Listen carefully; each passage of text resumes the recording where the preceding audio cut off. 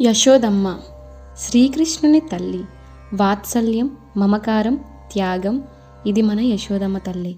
నందుని భార్య, గోకులంలో ప్రతి ఒక్కరి మనసుని గెలిచిన తల్లి యశోదమ్మ.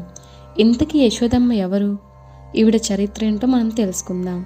ముందుగా ఈ వీడియో చూసే ముందు నా ఛానల్ని సబ్స్క్రైబ్ చేయండి, షేర్ చేయండి, లైక్ చేయండి అండ్ సపోర్ట్ చేయండి. యశోదమ్మ ఎవరు? ఉజ్జయిని అనే నగరంలో చంద్రసేనుడు అనే రాజు పరిపాలిస్తుండేవాడు. అతని మిత్రుడు మణిభద్రుడు శివుడి చేత అనుగ్రహించబడి చింతామణిని పొందాడు. ఇది చాలా విలువైనది అని తెలిసిన కొంతమంది రాజులు దాడి చేయడానికి సిద్ధమయ్యారు. అదే సమయంలో వీళ్ళిద్దరూ ప్రదోషకాలంలో శివార్చన చేస్తూ ఉంటారు. పవిత్రులైన యాదవ కులానికి చెందిన చిన్నపిల్లలు కూడా ప్రదోషకాలమందు ఎవరి ఇంటి ముందు వారు అలాగే పూజలు చేస్తూ ఉంటారు. అది శనివారము మరియు త్రయోదశి, శివుడికి అత్యంత ప్రీతిపాత్రమైన రోజు.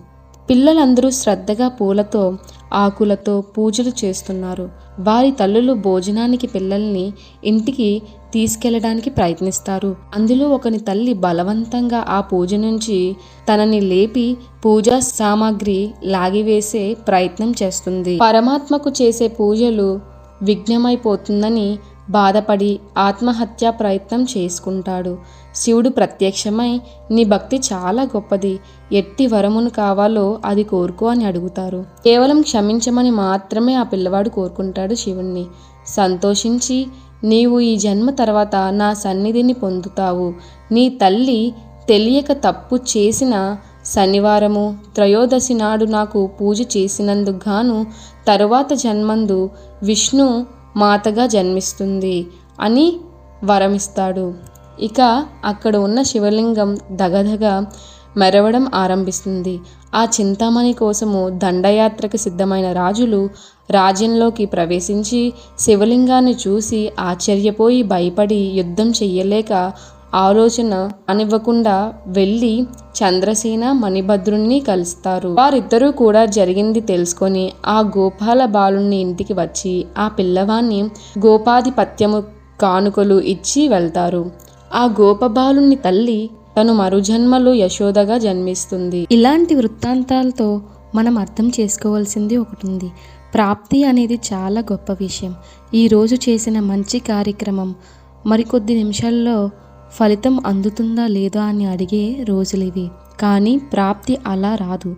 కొంతమందిని చూసినప్పుడు జనులు ఎన్ని పూజలు చేశారో అంత మంచి సంతానం కలిగింది అని అనుకుంటారు. ఎలాంటి విశేష కర్మ చేశారో వారికి అంత సంపద కలిగింది అని అనుకుంటూ ఉంటారు. కర్మ నీతో ప్రయాణం చేస్తూనే ఉంటుంది. దానికి తగిన ఫలితాన్ని నీకు అందనివ్వకుండా సిద్ధంగా ఉంటుంది. మామిడి పండు తిన్నప్పుడు అరటిపండు తేనుపులు వస్తాయా? రావు. చెడు కర్మలు చేసినప్పుడు చెడు ఫలితాలు మాత్రమే వస్తాయి. మరోటి వచ్చే అవకాశమే లేనే లేదు అని గమనించాలి. జన్మాంతర విషయాలు అందరూ చెప్పలేరు. చాలా జ్ఞానశక్తి కావాలి. అలాంటి వారు చాలా అరుదుగా కనబడుతూ ఉంటారు.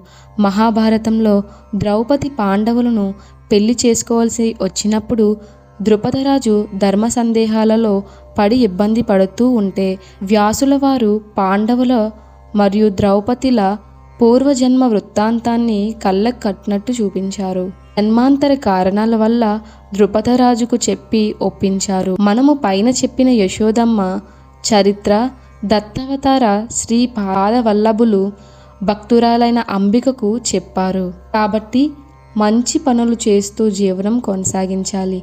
అయితే పూర్వజన్మలో చేసిన పాపాల ఫలితం వచ్చిన ఇబ్బందిని కొంత తగ్గించడానికి కొన్ని సాధనలు, పూజలు, శాంతులు మనకు శాస్త్రాల్లో ఉంటాయి. ఇవి కాక కేవలము గురువు యొక్క అనుగ్రహంతో మన పాపాలు భస్మం అవుతాయి అని శాస్త్రంలో కూడా ఉన్నది. Thank you for watching.